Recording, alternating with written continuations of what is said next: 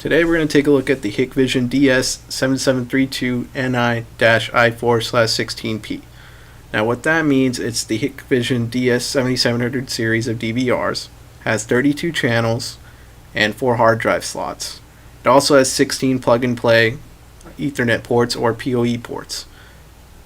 Now you may be wondering why you would have a 32 channel DVR with only 16 ports. This is because you can hook something up like a fisheye camera that has 360-degree video and can output up to 6 separate streams or 6 channels. The main benefits of this one over the 7600 series is that it has an extra 2 hard drive slots. It has the capability of 32 channels. The 7600 series is limited at 16. And it has 1 extra USB port. Other than that, the HDMI, it also outputs over 4K. The VGA is 1080p. It does have a few more alarm relays on the back, but a lot of people don't use those. Both have 12 megapixel recording. The bandwidth is the same on the 16 channel models. On the 32 channel models, obviously additional incoming bandwidth for the extra channels to accommodate the 16 extra streams. Another big benefit of the 7700 series is that it is rack mountable. It is standard rack width. It is 1.5 rack units tall.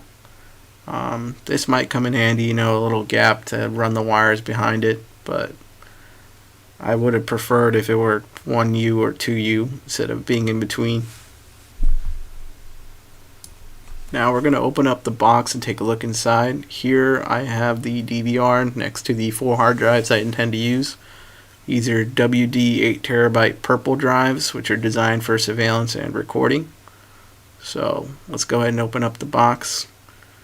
It's pretty well packaged. The net retail box matches all the Hikvision colors, white and red.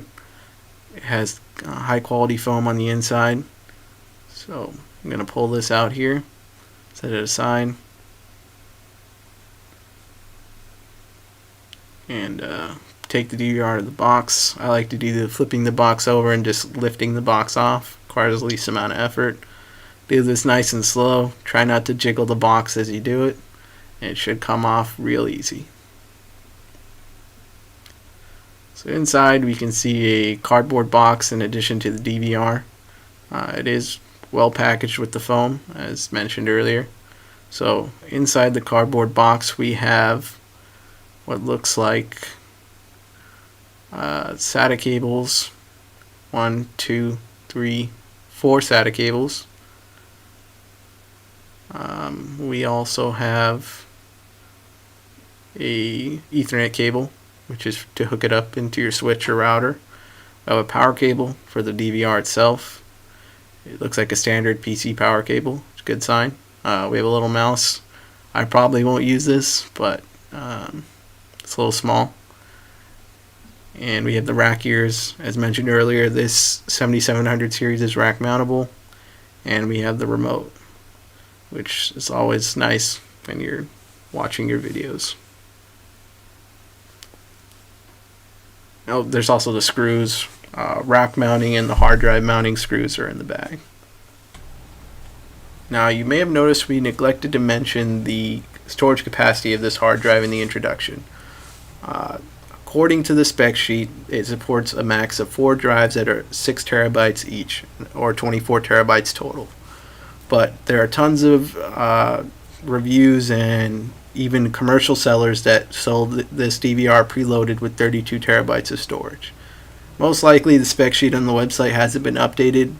We have also successfully used 4 8 terabyte purples in this DVR and had no issues.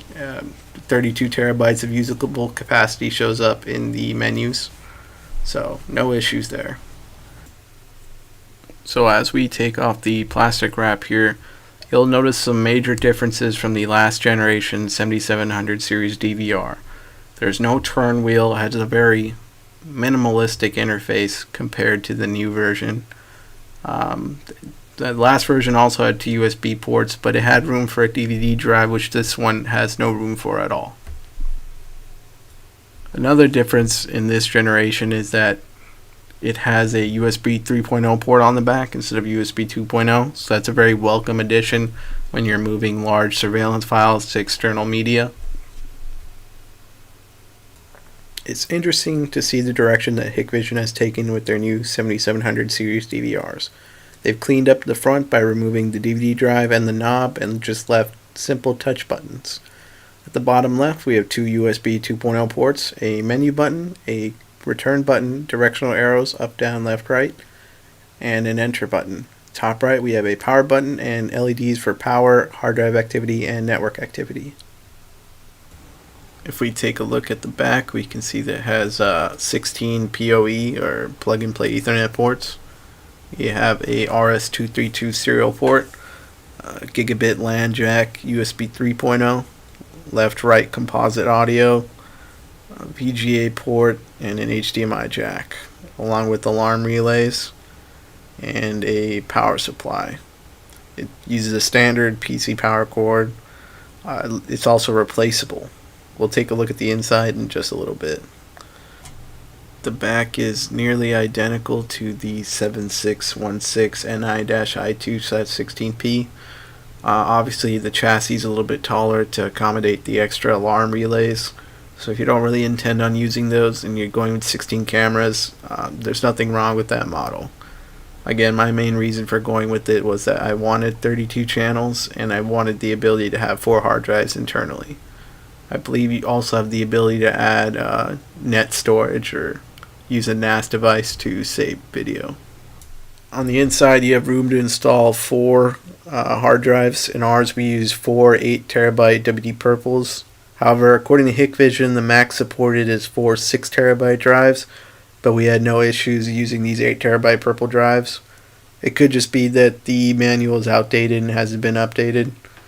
Take a look, we can see it has a removable power supply, which is good. It's replaceable. You have the motherboard, which has dual flash chips for the operating system, which should come in handy.